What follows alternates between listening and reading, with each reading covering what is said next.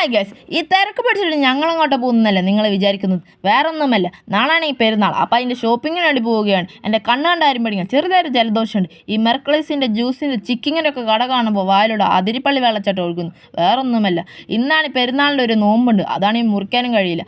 ആദ്യം തന്നെ ഞങ്ങൾ പോയത് ചാവക്കാട് പുതിയതായി ഓപ്പൺ ചെയ്ത സ്റ്റുഡിയോയിലേക്കാണ്. അവിടെ പോയപ്പോൾ വലിയൊരു ആൾക്കൂട്ടം.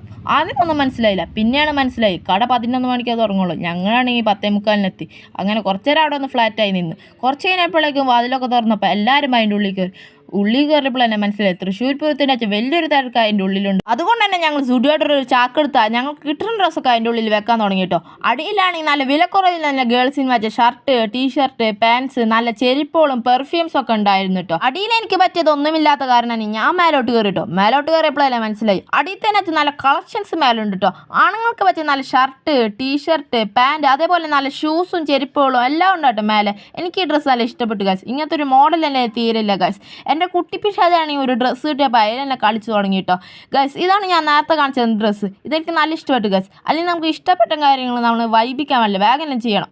അപ്പോൾ ഇതാണ് ഗൈസ് ഞാൻ പെരുന്നാൾ എടുക്കാൻ പറ്റിയ ഡ്രസ്സ്. പക്ഷേ ഇതിനുള്ളിൽ ഞാൻ 2 കൊള്ളും, അതിനെ ഇത് എടുത്തില്ല ഗൈസ്. അപ്പോൾ ബില്ലടിക്കാൻ ഞങ്ങൾ നിൽക്കുകയാണ്. അങ്ങനെ സ്റ്റുഡിയോത്തെ ഷോപ്പിംഗ് ഒക്കെ കഴിഞ്ഞിട്ട് ഞങ്ങൾ പുറത്തേക്ക് ഇറങ്ങി കേട്ടോ. വല്ലാണ്ട് സാധനങ്ങളൊന്നും വാങ്ങിയിട്ടില്ലെങ്കിൽ ബില്ലടിച്ച് കിട്ടാൻ ഒരു അരമണിക്കൂർ അങ്ങനെ നിന്നിട്ടുണ്ട് കേട്ടോ. പെരുന്നാളിനെ പറ്റി നല്ല ഡ്രസ്സുകളൊന്നും ഇങ്ങനെ എടുത്തിട്ടില്ല. കുളിച്ചേനിടാൻ പറ്റിയ ഡ്രസ്സുകൾ മാത്രമേ എടുത്തിട്ടുള്ളൂ. അതുകൊണ്ട് തന്നെ എൻ്റെ ഉണ്ണി മിക്സഡ് കണ്ടിട്ട് പവർട്ടിയുള്ള റിക്കാർഡോ എന്ന് പറഞ്ഞ കടയൊക്കെയാണ് ഞങ്ങൾ വന്നിട്ടുള്ളത്. ഇവിടെയാണ് ഈ ചെറിയ കുട്ടികൾക്ക് വെച്ച നല്ല കളക്ഷൻ ഉണ്ടാകും കേട്ടോ. അതുകൊണ്ട് തന്നെ ഈ കടയുടെ അടുത്തുണ്ടാകുന്ന ഒരു കടയിൽ എനിക്ക് ഡ്രസ്സ് എടുക്കാൻ കയറിയത്. പക്ഷേ ഇവിടെ നല്ല ഡ്രസ്സൊന്നും എനിക്ക് കിട്ടില്ല കേട്ടോ. എൻ്റെ കുട്ടിക്കൊരു പിന്നെ ഒരു വിശക്കണമെന്ന് പറഞ്ഞിട്ട് ഒരു ലേസും ഒരു ഫ്രൂട്ടിയും മേടിച്ച് കൊടുത്തിട്ടുണ്ട് കേട്ടോ. അത് കഴിഞ്ഞിട്ട് നമ്മൾ ഉമ്മൊക്കെ ഡ്രസ്സാണ് ഈ കടയിൽ വന്നപ്പോഴാണ് ലേസ് ഉള്ളി കയറ്റില്ല എന്ന് പറഞ്ഞിട്ട് പുറത്തുനിന്ന് തിന്നിർക്കുന്നത്.